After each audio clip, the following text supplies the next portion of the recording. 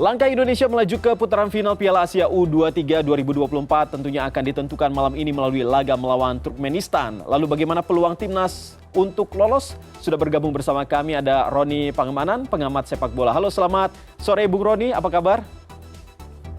Selamat sore Iqbal, ya kabar baik. Saya ada di Stadion Manahan Solo. Oke. Harus lebih awal kita harus masuk di sini karena perlu saya lapor. Ada kan Presiden Jokowi mau datang, Bapak Jokowi. Jadi kita itu memang harus betul-betul mengikuti protap yang ada. Jadi pertandingan masih 3 jam, kita sudah harus standby. Begitu Iqbal. Baik, berarti bisa sekalian untuk melakukan live report untuk CNN Indonesia juga di sini, Bu Roni ya. Oh iya, suatu kehormatan. saya ada di stadion ini. Ini luar biasa ini bagi CNN ini. Baik, Bu Roni, berbicara soal apa yang akan kita lihat bersama nanti malam. Nah, melihat kemenangan yang meyakinkan timnas atas China Taipei Sabtu lalu, bagaimana Anda melihat penampilan yang akan disajikan oleh timnas melawan Turkmenistan nanti malam? Mengingat bahwa Turkmenistan sendiri ini kalau di atas kertas, ternyata kalau saya tidak salah ini justru di atas Indonesia, apa betul itu? Ya, kalau melihat kita menang dengan 9 gol dan Turkmenistan hanya menang dengan 4 gol lawan China Taipei, memang ada perbedaan. Ya. Kelas kita memang di atas China Taipei, tapi kita tidak boleh terbuai, tidak boleh terlena dengan hasil kemenangan itu. Karena bagi Turkmenistan, mereka harus menang dalam pertandingan ini. Kalau kalah, mereka out. Kita memang diuntungkan ada 2 hal. Pertama, kita bermain di kandang, di Stadion Manahan Solo. Tentunya support yang luar biasa dari penonton ini akan mengganggu bagi konsentrasi pemain-pemain Turkmenistan.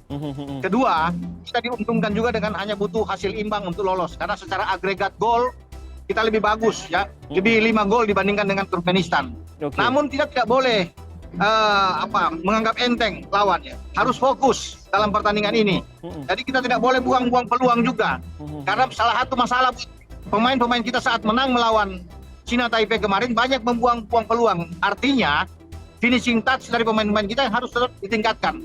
Kemarin itu ada 16 on target, yang kita dapatkan cuma 9 gol. Mestinya kan 16 gol dari 31 tembakan yang dilakukan pemain-pemain Indonesia.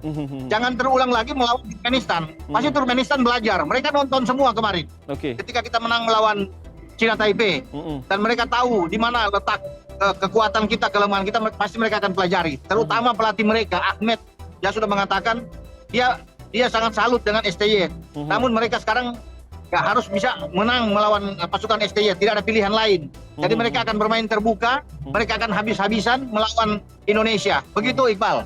Kalau tim Indonesia sendiri harus fokus, tapi kalau misalnya yang patut diwaspadai dari tim Turkmenistan ini seperti apa?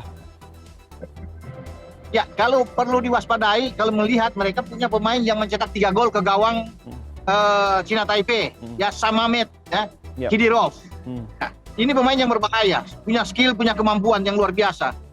Menjadi tugas bagi pemain-pemain belakang kita, terutama Elkan Bagot dan Rizky Ridho untuk bisa mematikan pergerakan dari Samamet ini. Bukan hanya Samamet, tetapi mereka punya Omoruk, Salim. Kemudian mereka punya Saparov, ya Arslan Saparov, pemain nomor punggung 10. Kalau Samamet ini kan pemain nomor punggung 11. Jadi ada 3 pemain yang perlu diantisipasi oleh pemain-pemain Indonesia. Untungnya kita punya gelandang-gelandang yang lebih bagus secara kualitas dibandingkan dengan gelandang-gelandang yang ada di Turkmenistan. Jadi ini keunggulan kita. Farjaner, Marcelino Ferdinand, Arkan Fikri dan Witan Sulaiman itu saya lihat lebih bagus.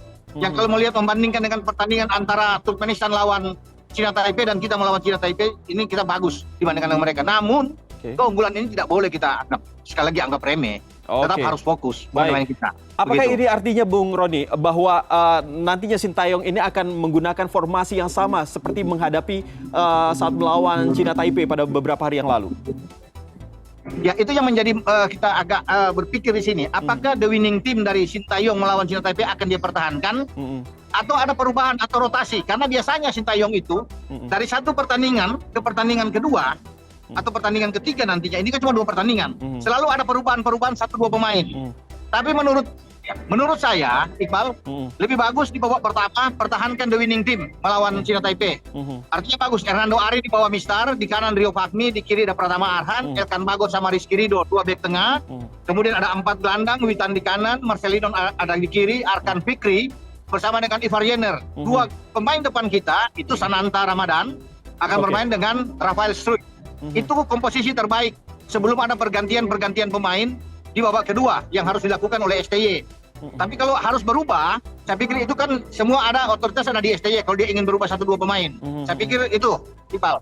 Oke, Bung Roni, jadinya kalau menurut Bung Roni sendiri melihat apa yang sudah dipersiapkan Sintayong terhadap timnas U23 Indonesia, apakah Bung Roni yakin bahwa timnas Indonesia ini akan memenangkan pada laga kali ini?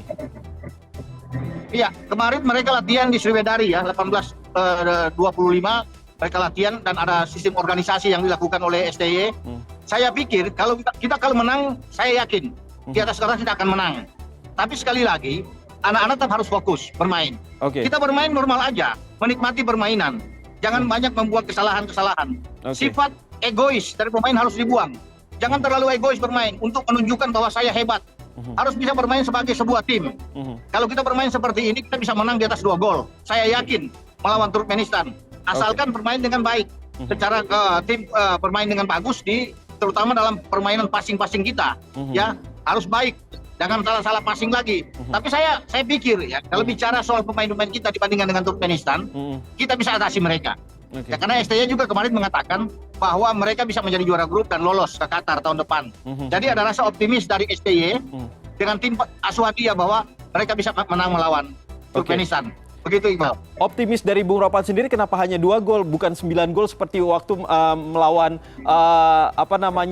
Cina Taipei?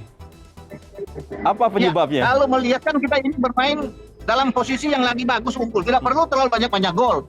Kalau kita bisa menang dengan 5-6 gol kan disyukuri bonus itu. Buat saya 1 gol 2 gol yang penting menang. Karena lawan juga itu termotivasi. Mereka tidak punya pilihan. Pilihan mereka adalah menang. Kalau seri apalagi kalah kan out Turkmenistan. Makanya saya pikir bagi kita itu 1-0 aja cukup, 2-0 aja. Yang penting kita menang. Karena kita kan butuh imbang aja sebenarnya. Baik. Secara hitung-hitung. Baik, Bung Roni, tentunya kita lihat bersama-sama bagaimana nanti malam timnas Indonesia U23 melawan Turkmenistan. Apakah bisa benar-benar membuat rakyat Indonesia ini berbangga terhadap permainan yang akan berlangsung pada nanti malam. Terima kasih sekali lagi, Bung Roni Pangemanan, pengamat sepak bola tanah air. Sampai berjumpa lagi di lain kesempatan.